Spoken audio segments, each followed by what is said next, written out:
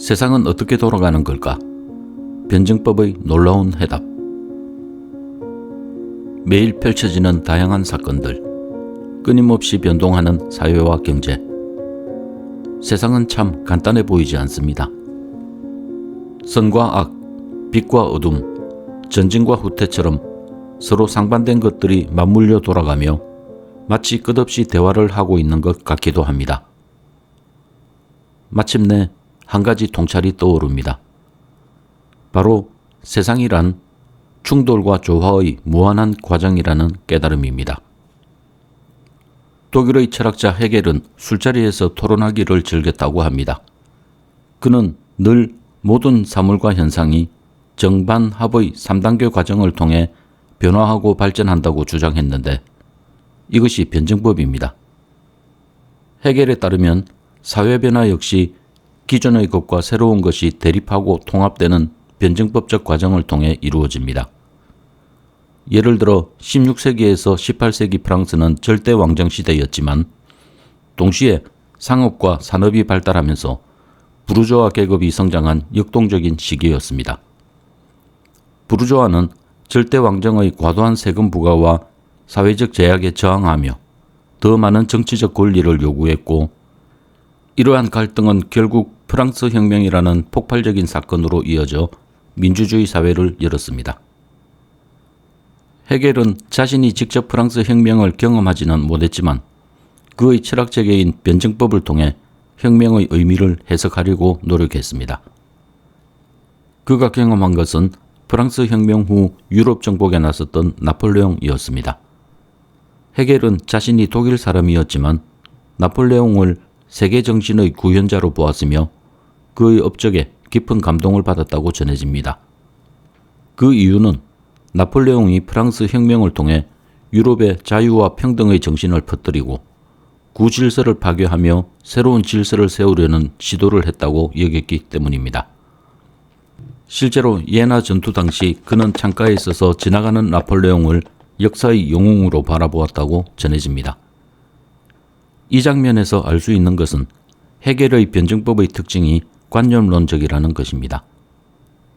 헤겔에 따르면 변증법적 과정을 거치면서 인간은 자신과 세계에 대한 이해를 확장하고 더 높은 차원의 자기인식에 도달하게 됩니다. 그리고 이렇게 발전된 의식이 물질 세계를 결정하고 형성한다고 보았습니다. 이는 마치 연극에서 각본이 먼저 존재하고 그에 따라 무대 위의 행동이 결정되는 것과 같이 의식이 현실을 이끌어간다는 뜻입니다. 이렇게 헤겔의 변증법은 관념론적 특징을 가지고 있습니다. 그런데 변증법을 대표하는 또 한 명의 철학자가 있습니다. 그는 마르크스입니다. 마르크스의 변증법은 헤겔의 변증법과 중요한 차이가 있습니다. 마르크스는 헤겔의 변증법에 많은 영향을 받았지만 변증법의 중심축을 정신이나 이념이 아닌 물질적 조건과 경제적 구조로 보았습니다. 그는 사회적 존재가 사회적 의식을 규정한다고 주장했습니다. 이는 마치 연극에서 각본이 아니라 현실이라는 무대가 먼저 존재하고 그 위에서 인간들이 상호작용하면서 역사가 만들어진다는 관점입니다. 이렇게 마르크스는 유물론적 관점에서 변증법을 바라보았습니다. 그는 자신의 저서 자본론을 통해 자본주의 경제구조를 체계적으로 분석하며 자본가와 노동자 간의 모순이 심화되는 과정을 설명했습니다. 그 결과 그는 결국 자본주의가 필연적으로 붕괴될 것이며 공산주의 사회가 도래할 것이라는 결론에 이르게 됩니다. 마르크스는 공산주의자로 알려져 있습니다. 이는 그가 19세기의 격동적이었던 초기 자본주의 시대를 살았기 때문입니다. 그는 부유한 중산층 가정에서 태어났지만 자신의 혁명적 사상과 활동이 당국의 감시와 압박을 받았기 때문에 첫 아내인 제니와 결혼 후 여러 도시를 전전하며 생활했고 그의 삶은 많은 고난과 어려움을 겪게 되었습니다. 이로 인해 마르크스와 제니는 자녀들을 제대로 돌볼 수 없었고 자녀들 중 일부가 어린 나이에 사망하는 비극을 겪기도 했습니다. 그의 철학이 사회 변혁을 외치게 된 동기는 이렇게 그의 개인적인 경험과도 밀접하게 연관되어 있습니다. 마르크스의 예언은 엄청난 논쟁을 불러일으켰으며 현재까지도 세계를 자본주의와 공산주의라는 두 진영으로 갈라놓는 계기가 되었습니다.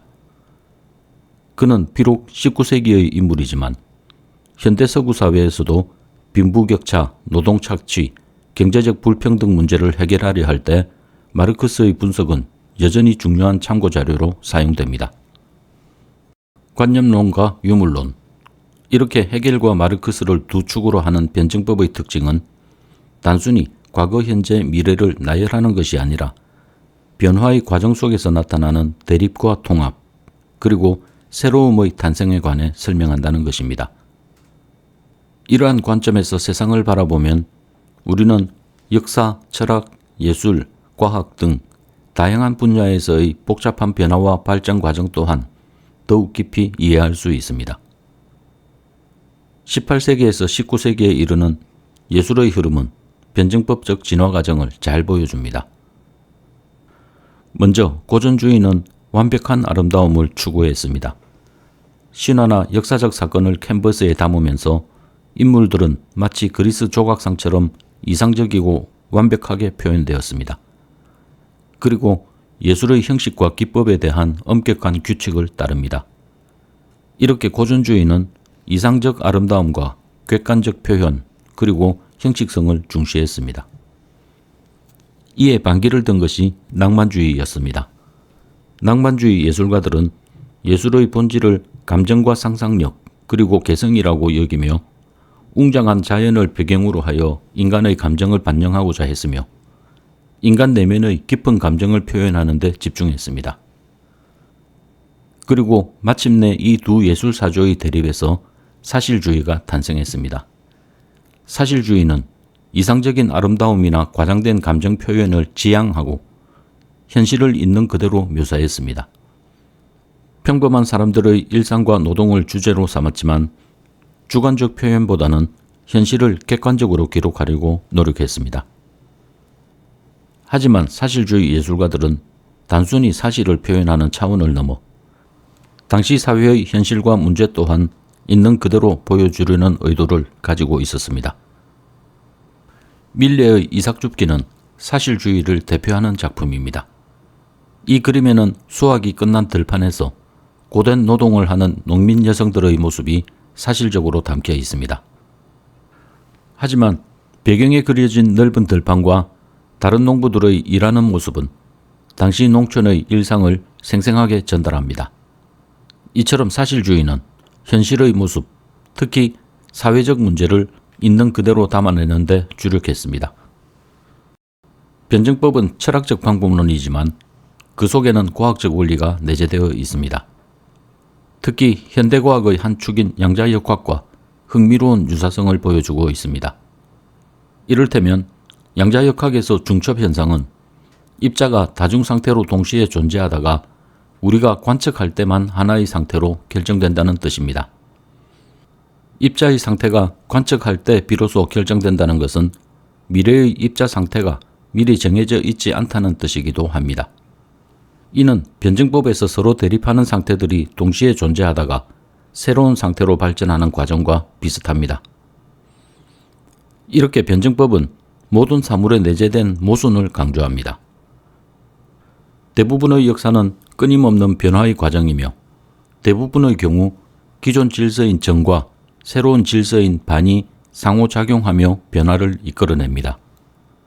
그러나 어떤 순간에는 한쪽 힘이 압도적으로 우위를 점하며 일방적으로 변화를 주도하는 경우도 있습니다. 쿠데타가 발생한다든지 외세의 침략은 그 대표적인 예가 될 수 있습니다. 이것은 역사가 혹은 정반합의 과정이 반드시 발전적인 방향으로만 나아가지 않을 수도 있음을 보여줍니다. 그러므로 변증법으로 역사를 이해하고자 할 때 우리는 정반합의 틀에 너무 집착하지 말고 역사적 다양성과 예외적인 상황 등을 충분히 고려하면서 균형 잡힌 접근을 하도록 노력해야 합니다.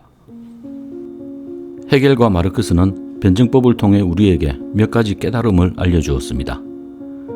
먼저 세상에 정체된 상태란 없으며 모든 것은 끊임없이 변화한다는 사실입니다. 그리고 변화라는 것은 기존의 것과 새로운 것 사이의 대립이라는 사실입니다. 이렇게 대립과 통합을 통해 이전에는 존재하지 않았던 새로운 것이 탄생합니다. 현재 한국 사회는 변증법적 관점에서 볼 때 어떤 상황일까요?